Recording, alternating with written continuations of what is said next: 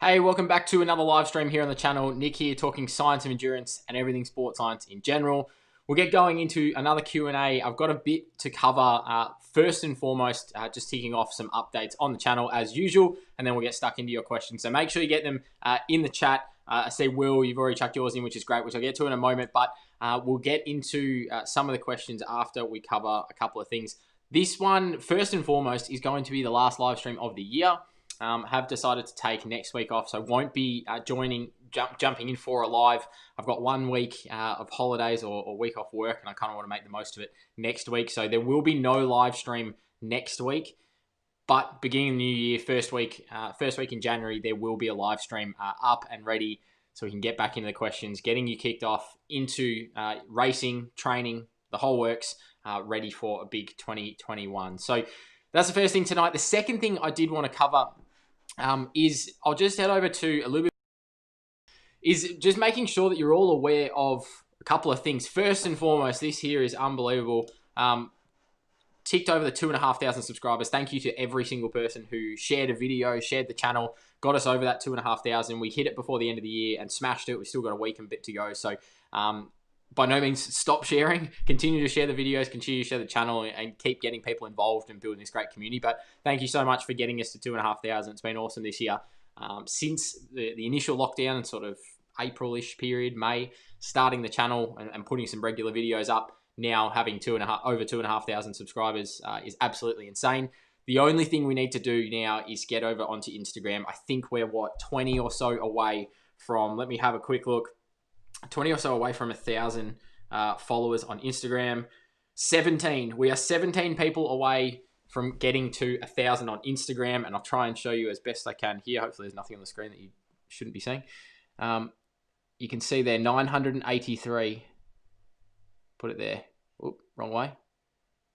There it is, 983. We are very, very close. So head over to Instagram, go give me a follow over there. Send me direct messages, send me your questions. If you can't make the live streams and you're watching this on the replay, that's the best place to get your question in before we go live each week, so you can still get it in and involved, get a more comprehensive response other than just a written response. Obviously, I'll reply to you directly after you send me the message, but get in there, send your questions through. More specific questions about yourself in particular, or some specifics that maybe you don't want to cover in a public forum. Head over to Instagram and send those ones through. But very, very close, 17 people away from hitting 1,000. So if we could tick that off, 2 massive benchmarks of 2,500 on YouTube and 1,000 on Instagram would be absolutely incredible. Another thing I did want to quickly share with you is the playlist is up and running. I realized the other day that I hadn't actually put it and posted it to my channel page. So it was nice and easily accessible. So now when you come across to the channel, scroll down, you'll be able to see this new playlist of the videos we've been working on recently from the lab inside the Data Performance. A couple of great pieces of content. Respiratory responses to exercise, as we saw the other week. Heart's response to exercise. What does the cardiovascular system do? How well do we use the oxygen? And what is the muscle doing in that process? Why the Garmin VO2 Max is actually pretty good and accurate in the relationship between VO2 and heart rate. I explained that graph in a bit more detail than my previous video up on the channel here. And that one's been an awesome video, well over 500 views in the first 4 days. Absolutely incredible. So hopefully you've been enjoying that one. But also a relationship between ventilation and VO2. And I actually explained VT2 a little bit, and understanding, all right, there's this disproportionate, introducing the idea of this disproportionate increase in air intake for our oxygen consumption, which then led really nicely into the 4 key ways we identify lactate threshold, this last video on the right-hand side here. The 4 ways we do it. We're going to use the maximal lactate steady state method, which is a reasonable method, but takes a lot of time and isn't necessarily practical to be using in day-to-day testing or monitoring of athletes. We also have the OBLA method, which is assuming that everyone's at 4 millimoles, which isn't really a great way to be doing things either. Then we have things like individualized methods, which is what I use in the lab, and that's what I explain, working off multiple intensities in a ramp test style, measuring blood lactate at each of them, and then seeing those clear changes, 2 millimoles or more, that exponential increase, and that typical lactate graph you might have seen before if you've done some testing or you've looked at blood lactate and trying to understand the methodology behind identifying lactate threshold. You would have seen that graph time and time again. And then the final one is that ventilatory threshold. So we'll go into a bit more detail about that VT2, how I identify it, where am I looking in terms of the graphs. And there are some more videos coming soon over the next few weeks. As I said, Christmas period, little bit of time off for me, so I am going to be a little bit quiet over this week and next week, but then we'll be back with a bang in 2021. Doesn't mean there's going to be no videos, but it's just going to be a little bit less each week. Probably get one more up this week, maybe. We'll see how we go. And then heading into next week, might get one or two up. But wanted to just take a bit of time off, relax, chill out, like most of you should as well. And also then get into 2021 and have some fresh ideas and new content ready to go as well. So I'll do a bit of preparation for starting the new year with a bang. But in terms of those, make sure you go check out that playlist. Go have a look. Going right in depth in terms of the data behind the science, if you like, or the data that backs up the science. What is happening in a lab perspective? What are we measuring when we take athletes, put them on a bike or put them on a treadmill, measure their oxygen consumption? What do we see in terms of the physiology? Go check that one out. Definitely worth looking into, as many of those. But like I said, I put the playlist up there and it's easily accessible on the channel now. So just head over to my channel, scroll down, and bang, it's there with a couple of other playlists as well. All our live stream replays are down here as well. And also, if you're training for a 70.3 and you're interested in how I sort of went about it, my first 70.3, this is something I did quite a while ago. You see, a year ago, I just made these videos, put them up. If you're interested in looking at them, go check them out. This is before I was jumping on YouTube, so I was just testing out some things, seeing if it was something I was interested in. But I documented my entire preparation leading up to the Boston Half Ironman last year, so 2019, and really ultimately the process to going sub 5 in my first half. So interesting sort of to look back on that and sort of reflect on how that went. But if you're interested and you're training for your first 70.3, might be something you look into and maybe sort of take some ideas from as well. All right, let's get stuck into some of our questions tonight. I know a few of you are in. Let's get those questions coming through in the chat. Will, I've already seen yours there, which is great. I'm just going to leave a little comment into the chat for anyone while I'm talking through Will's first question here. Make sure you get your questions in for tonight's. All right, perfect.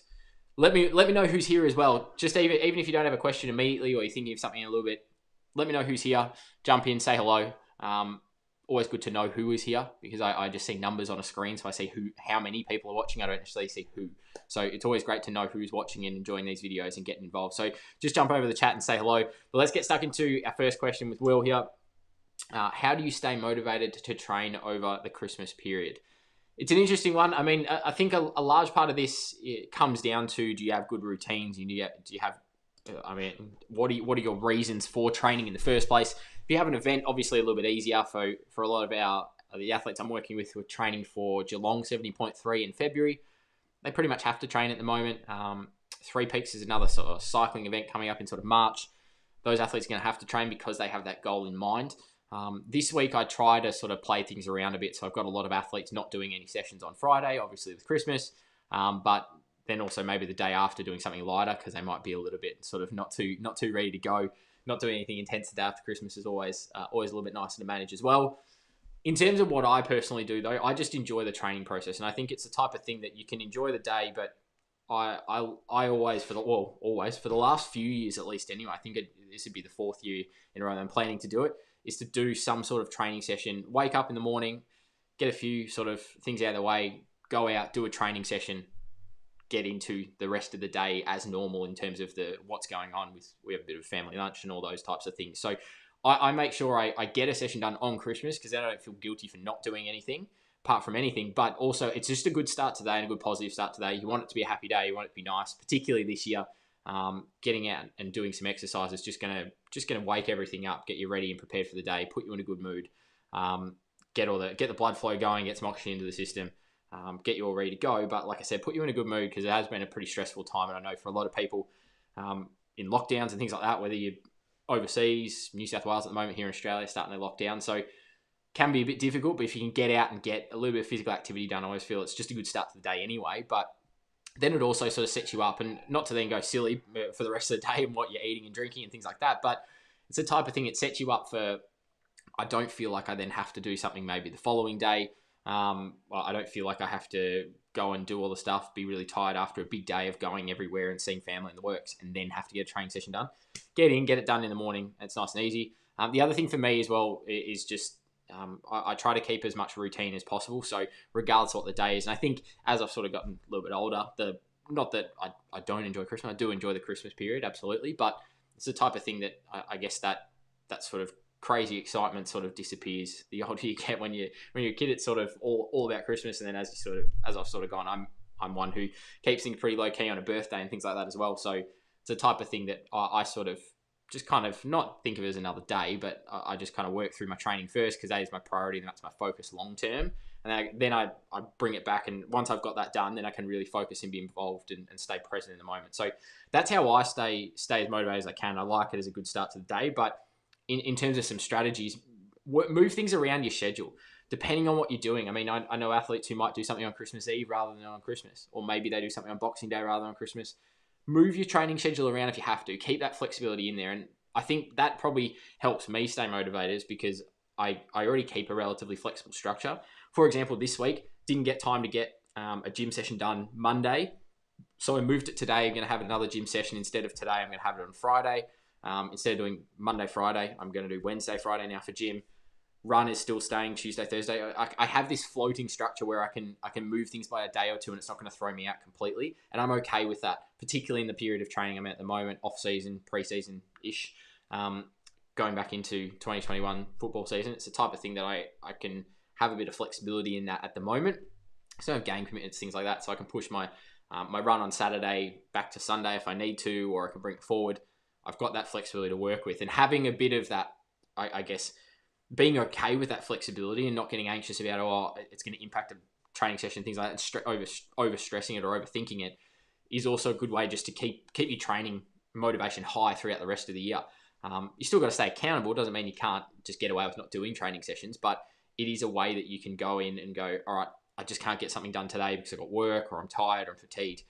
Let's move it by a day. Let's shift things around. Let's make the most of what we can, and then just move on from there. It's a much better way to go. So then when things like this come up, or when birthdays come up, or when travel comes up, or something happens, you shift your training structure or you shift your training week, and you're kind of used to that. You can get things done when you want and when you need to. I obviously continue to try to space things out similarly to how I've done it before. So I've kept my runs this week as normal. So Tuesday, Thursday, I'm just moving my gyms. And I'm going to try and keep my bike in. Maybe do a quick bike on Sunday. We'll see how we go. Got a few other things sort of going on. So that's how I sort of do it. I mean, there's a number of different ways you can stay motivated, and everyone's motivations and that are different, but that's sort of how I get through the Christmas period. Make sure my training is still staying on track. Get that done as a priority. Knock it out early. Get it out of the way, and then you can get into the rest of the activities that the week or the couple of days might be having in store for you as well. Throw in a lot of people probably working a little bit later into the year than what they would. I finished up today. Today was my last day in the office until next year. So it's the type of thing that, I mean, we've only got what, tomorrow, and then it's Christmas. So finishing quite late in the year as well can be a bit more stressful. But if you sort of follow some of those principles, you can generally sort of keep your training ticking along, and just be sort of, I guess, smart about maybe not going as hard, and kind of almost using maybe this week as a bit of a deload week to then reset and go again. Could be a good refresher. You've got some other distractions to keep you going through that deload week. Is another sort of final tip I'll throw in there to get things going. So great question to kick us off. Make sure you do get your questions in. I know I can see 5 of us in here now. Caleb, good to see you sitting there in the chat. Let me know if you've got a question that you want answered tonight, or if you've got any comments or great discussion. You brought some interesting ideas in around some of the recent events, like the PTO event and all that previously. So any ideas in the endurance space or any things that you've seen, happy to hear them and have a discussion about them. But keep those questions coming through. And for anyone who missed it, we did tick over that 2,500 subscribers on YouTube here the other day. Absolutely incredibly appreciative of all the support on the channel and the growing of this great community we've got here. Really do appreciate you guys sharing the videos and sharing the content to help grow this channel. It's the only way that it is gonna grow, is if people continue to share and engage in the content. And it's a good sign that, and I mean, I really enjoy the fact that people are sharing it, and we're growing and growing week on week and day on day. More subscribers coming in clearly means that people are enjoying the content and taking something away from it. And that's the main part of this point of this channel, is to give you some insights into sports science and science of endurance, the data, etc., and the physiology, help you understand it, but then also deliver it in a way that makes sense, and you can go and apply it. And it's good to know plenty of people are getting some good insights and good information out of the channel. So really do appreciate the support, growing the community here. And again, over on Instagram, we have 17 people away from 1,000 followers, which would be unreal. some different content over on Instagram, and maybe I'll quickly go through and just give a bit of a summary while we're waiting for a few people to get some questions in. Give a bit of a summary of what I put up on Instagram, because it is a little bit different content. Yes, I do some posts about the upcoming videos here on YouTube and some notifications of when that is happening, or when I'm putting some videos up, or when they're about to go live. When I'm going on these live streams, I'll put up a post typically. But then also there's some general content about what's happening day to day with me in the office, doing some testing. You see bits and pieces of me testing athletes and my process there. You'll also see a number of things in terms of some of the research that I come across, some other little bits and pieces that are floating around. So if I bring it up over here we go. I'll bring it up for you. Here we go. So this is my Instagram. If you want to go check it out, at @NJ_sportscience. Like I said, 17 followers away from hitting 1,000. It'd be absolutely unreal if we could hit that over the next week. I don't think we're too far away from it.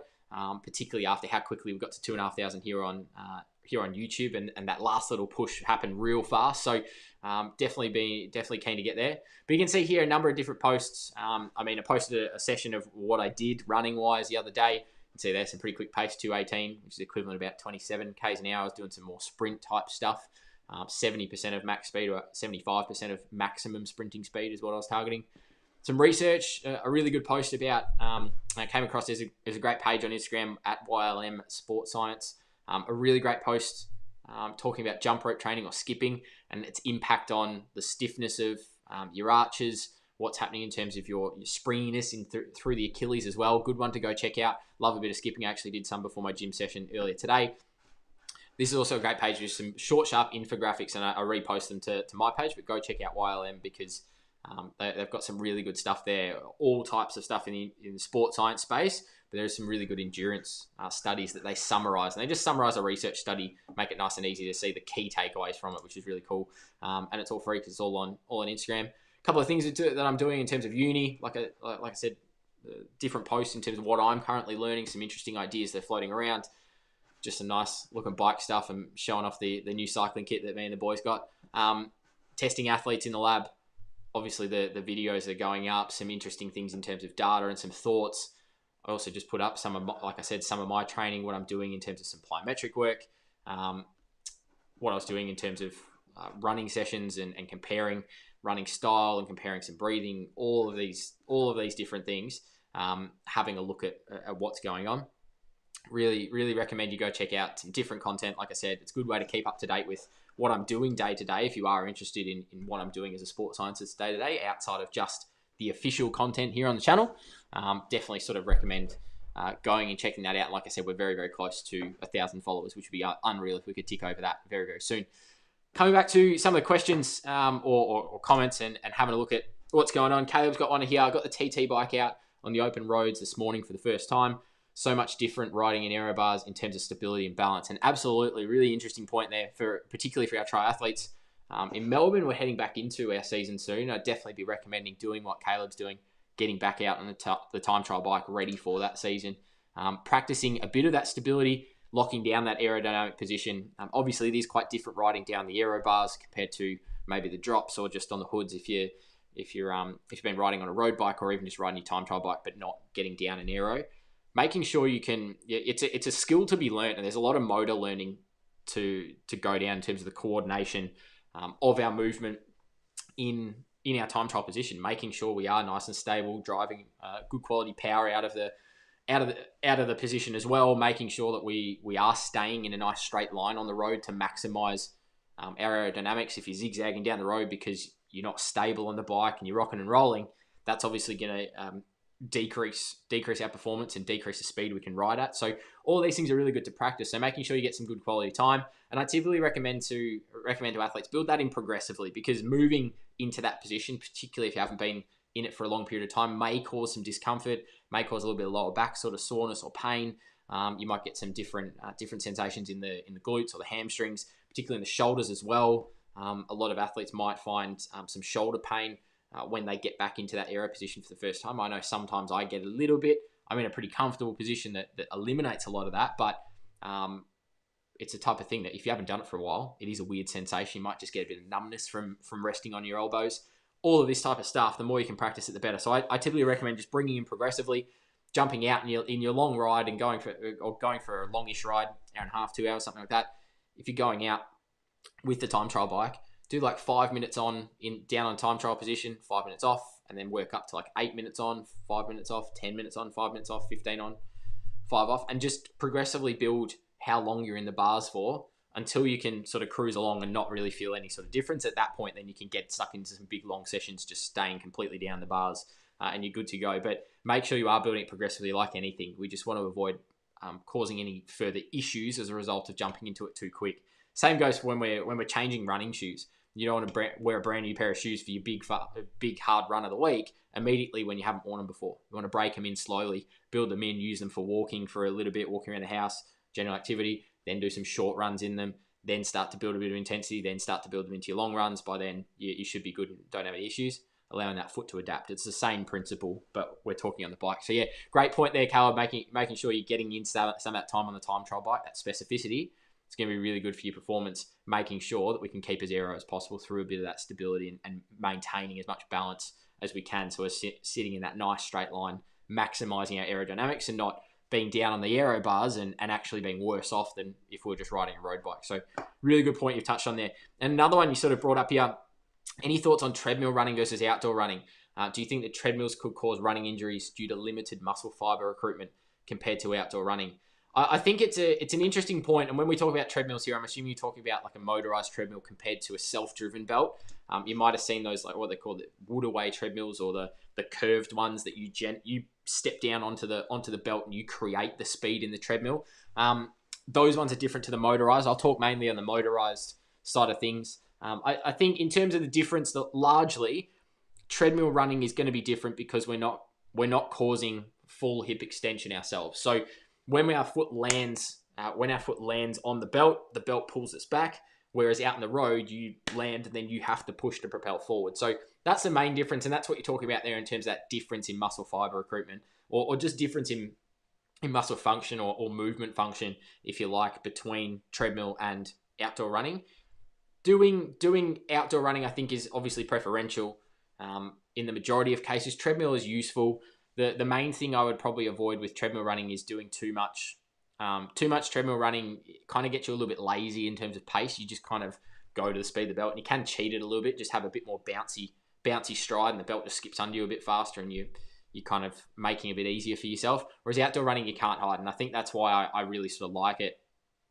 In terms of leading to running injuries, a little bit of that we could potentially look at, okay, well, if the treadmill belt is pulling us into hip extension, then maybe is that going to cause some running injuries when we go and try and transfer what we've built on the treadmill out to road running? And that's where you might catch yourself out because you're not used to as much of that stress on the body. Load goes up, the impact goes up. A lot of treadmills I know have that sort of springy bounciness feel to it. They actually have a bit more give. So when you hit it, you actually feel like there's a spring in it to deload the legs a little bit compared to outdoor running.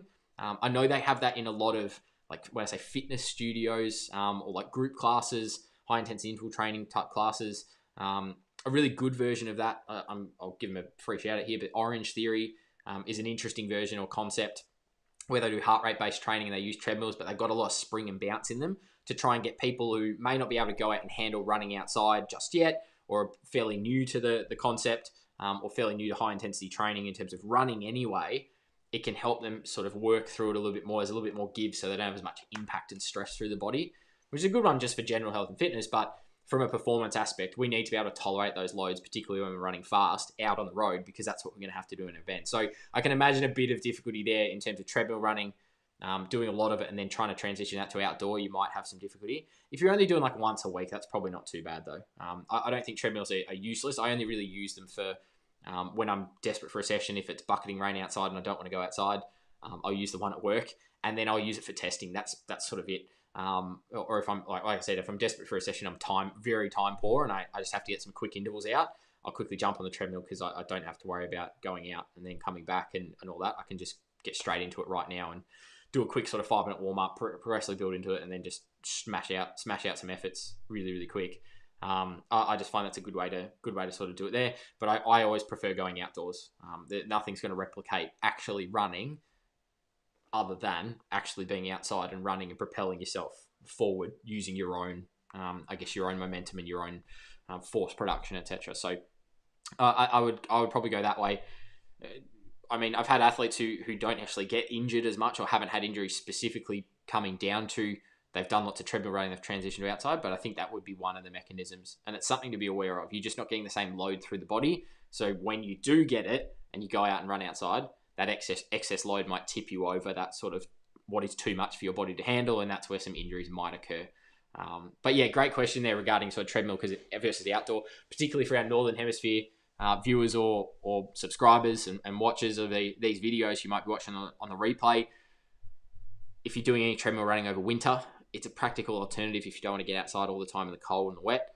I understand that, but it's the type of thing I'd still want to use a fair chunk of outdoor running as best as possible to make sure that the body's able to tolerate an appropriate amount of training load, particularly the impact side of things. Definitely sort of interesting one.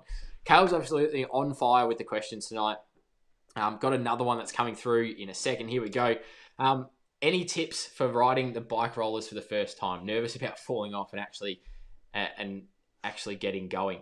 Good one, because personally I haven't really spent much, if not any, time on the rollers over the last little while anyway, but really at all. I haven't done too much, mainly because a lot of my training is focused in and around running and sprinting and things like that. So I typically, when I go on the bike, I'm just trying to go in and out, and I haven't spent massive amounts of time. I like to ride out on the road or on a stationary trainer so I can produce some higher power outputs.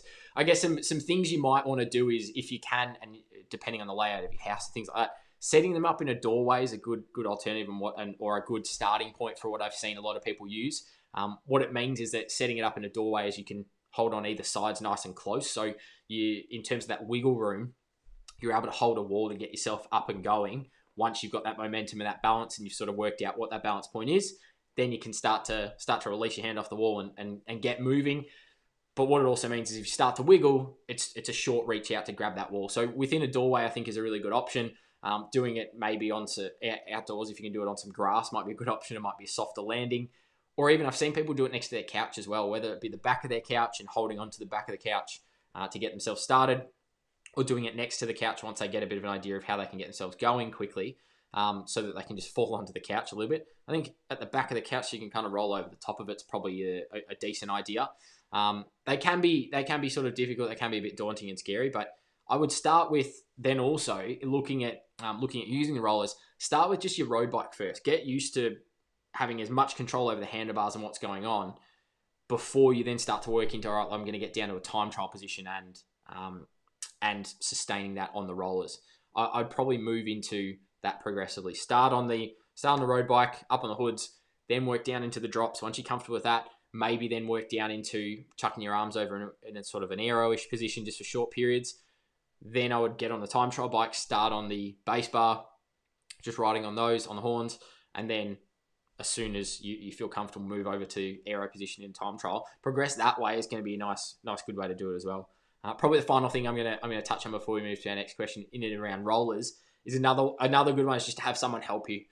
Get them to hold the handlebars at the front, get them to hold your saddle at the back. You get up and moving, let them slowly take away their hand off the handlebars so you can get the feel for that movement at the front, that wiggle at the front, then get them to take their hand off the back at the saddle is also a good one to get started, particularly when you're transitioning between moving onto your time trial bike for the first time on the rollers, but then also just in general, it's a good another stability point, and they can also help and grab you and sort of help hold you up a little bit if you need it as well. So there's a couple of tips I would use, but definitely worthwhile using. Coming back to your point or your question on the time trial bike and that stability, absolutely unreal for developing that really refined time trial position, the rollers, because you can't hide. You have to ensure that you're stabilizing through your core, bracing through your hips as well, staying nice and stable in line, and you'll notice that natural wiggle, or you'll notice that wiggle happen and how extensive it is once you are on the rollers. It'll happen very quick. Out on the road, you can kind of get away with it a bit, and it's not as much of a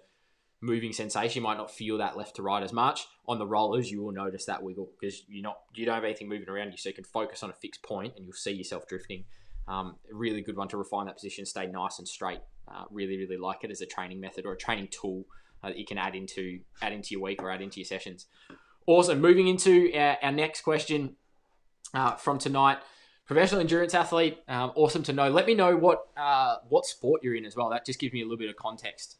Happy to sort of engage in a little bit more sort of, I guess, direct to what sport, and always interested in what our watchers and our viewers are competing or training for. Pretty fit, but always had a naturally low hemoglobin. I still struggle over 60 minutes. Any advice to improve this aspect, food, nutrition, supplement-wise? In terms of low hemoglobin, this comes down to a couple of factors. When I see and test a lot of endurance athletes, commonly they are on the low end of what we would consider normal for the general population. Why is that? Couple of things. One, the hemoglobin, I guess, concentration that we're looking for is really a marker of how well we can transport the oxygen through the system. And it essentially then red blood cells. And you've just left here squash. Awesome, perfect. Gives me a little bit more context about probably doing a large amount of high intensity as well, compared to say like an ultra runner who might be a little bit lower. So that high intensity, body gets beat up, even with the volume as well, but just in general, the body gets beat up just by training regularly, particularly if you're at a professional or elite level. If you train day in, day out, maybe twice a day, sometimes 3 times a day, every day of the week, your body's going to get beat up over time. The body needs time to repair and replenish. And a couple of things that it needs to repair and replenish are our red blood cells and ultimately our hemoglobin, because our hemoglobin is a component of the red blood cell. It's the part that oxygen binds to allow us to carry oxygen through the system in the blood. So in terms of why it's normally low, it really comes down to potentially a little bit inadequate in terms of recovery, which largely is sleep, nutrition, hydration, making sure you're getting enough sleep, tick that box, make sure you stay hydrated, then making sure you're getting enough food in the diet, particularly things like iron is a really good one, obviously from a red blood cell count perspective, but that is also going to help our hemoglobin.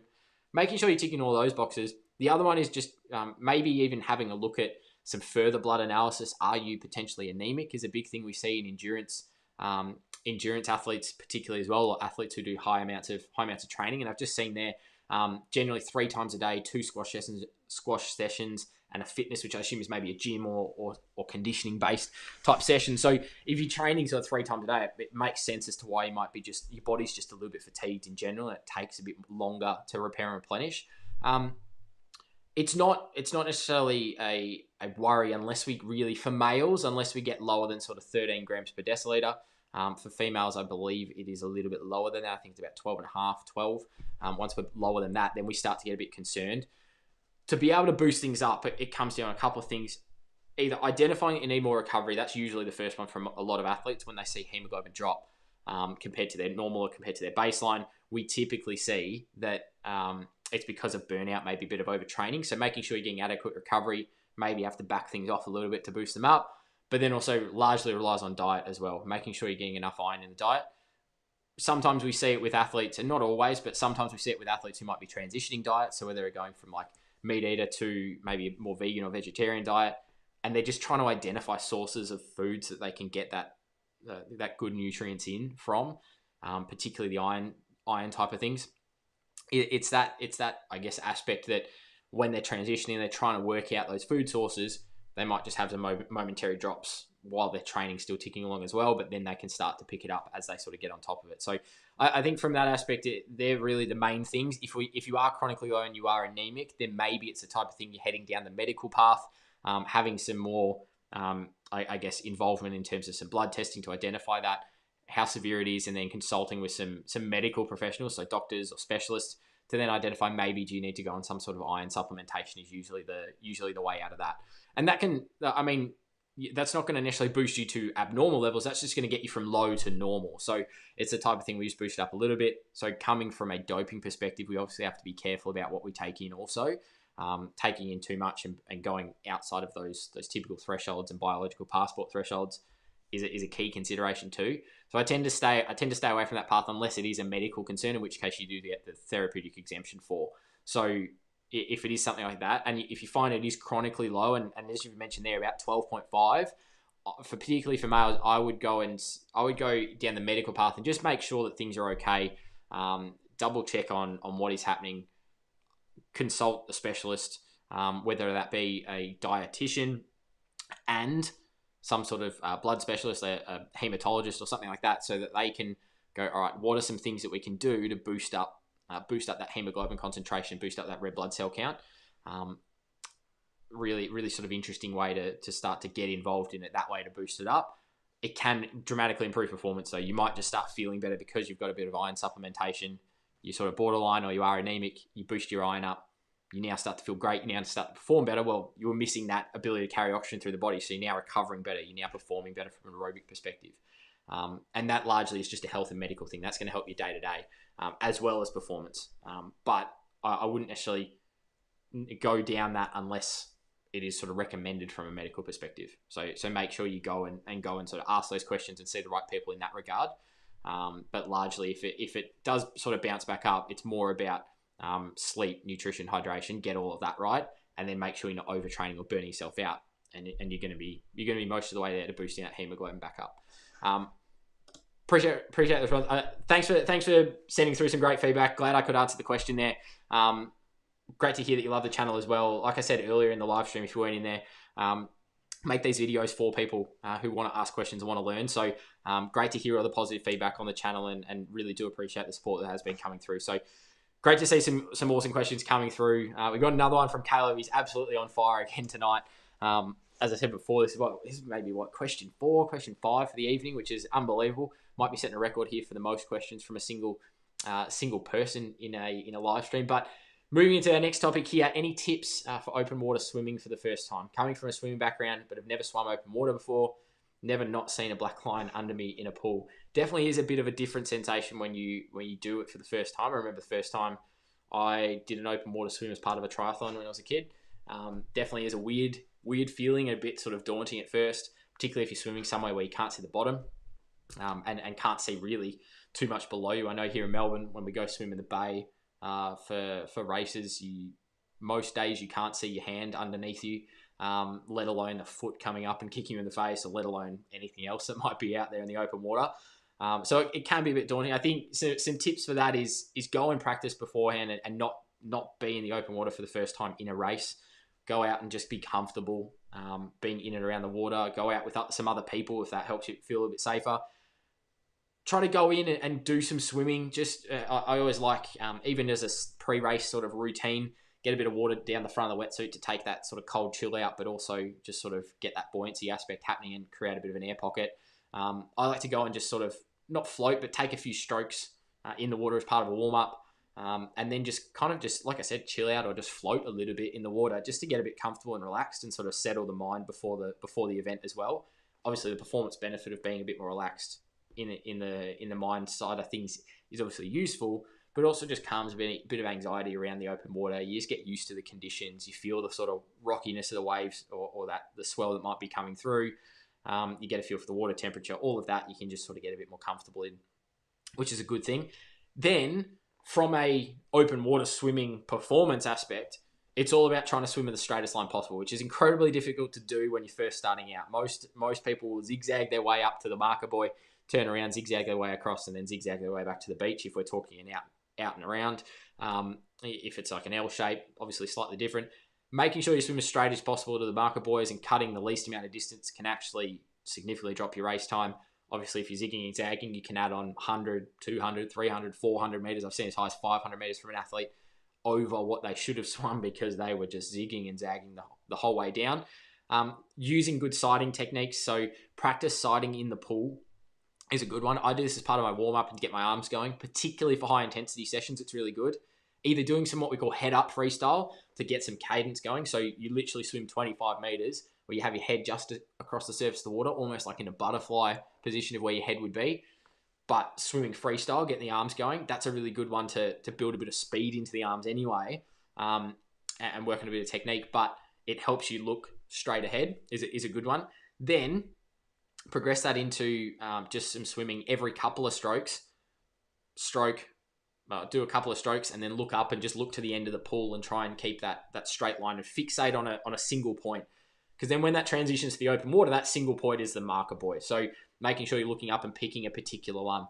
In swims, for example, that have that go like out in a rectangle and have like a marker buoy halfway and then one out the top, I always sight the one out the top. And the reason being is because that's where I have to turn. Not the one in the middle is just kind of a midway point. Yes, I need to stay either left or right of that depending on what the race rules are. But I always sight the marker buoy out the top because what it will do is it will allow for any drift that you've got, and you're sort of setting yourself up to allow for any drift in current. So a classic thing is when we go out and you've got a big current pushing like left to right, for example. So for my left to right, current's pushing across this way, I'm having to swim straight out. I'll set myself up on the left a little bit, ideally. And this is just part of just knowing the open water and reading the current and which way the water's going. And that takes a lot of practice. I've sort of grown up going to beaches and things like that, so I can kind of understand it. I've done enough now that I sort of get it.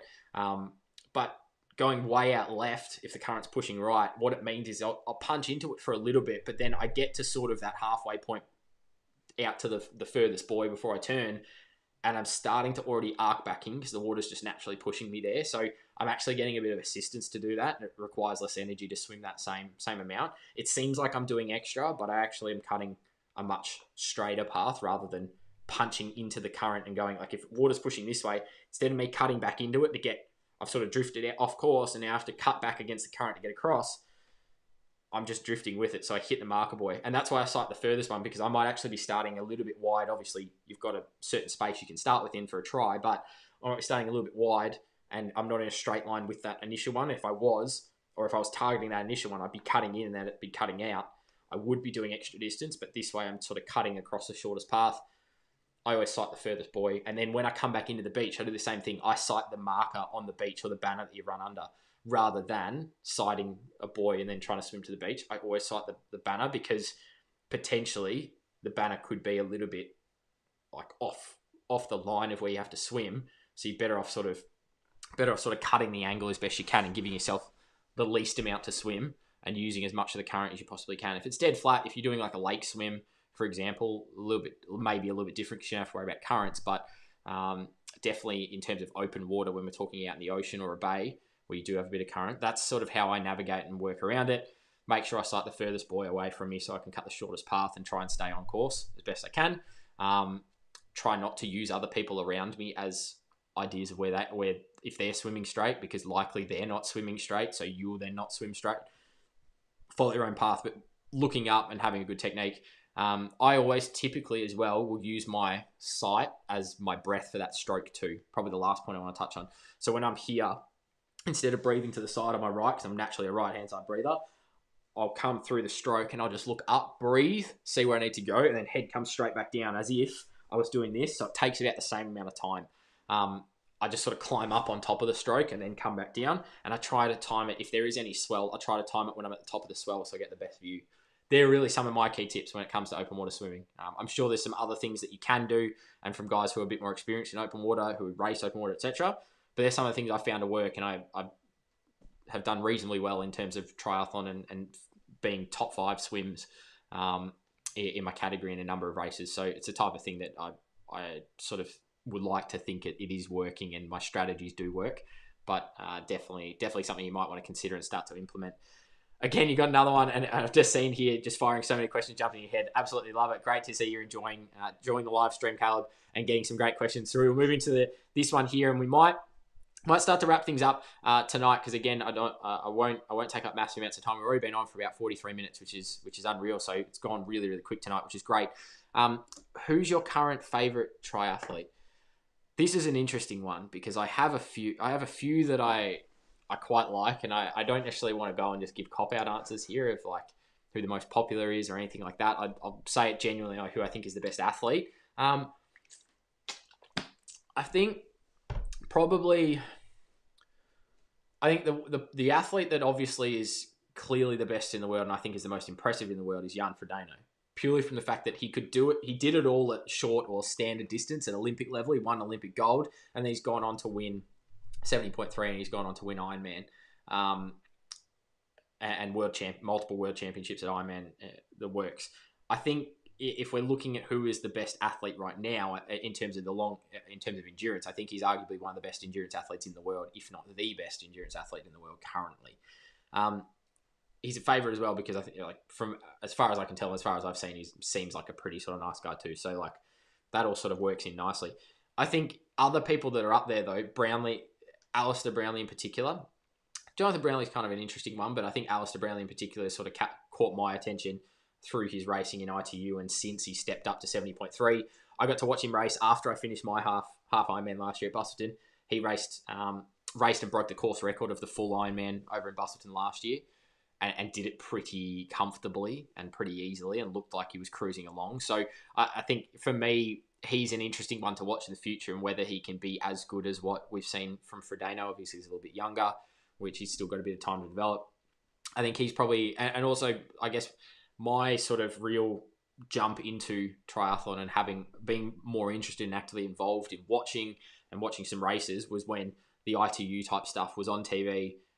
He was racing, his brother was racing, Gomez was racing, Mario Mola, all these guys were racing at the same time. That was kind of really where watching triathlon and getting actively involved in who's racing professional and sort of following it as a sport rather than just participating in it, and being actively involved in it through my own sort of training, things like that, watching it and getting sort of interested in the ins and outs of it, like I do with like the Tour de France and like I do with other sports.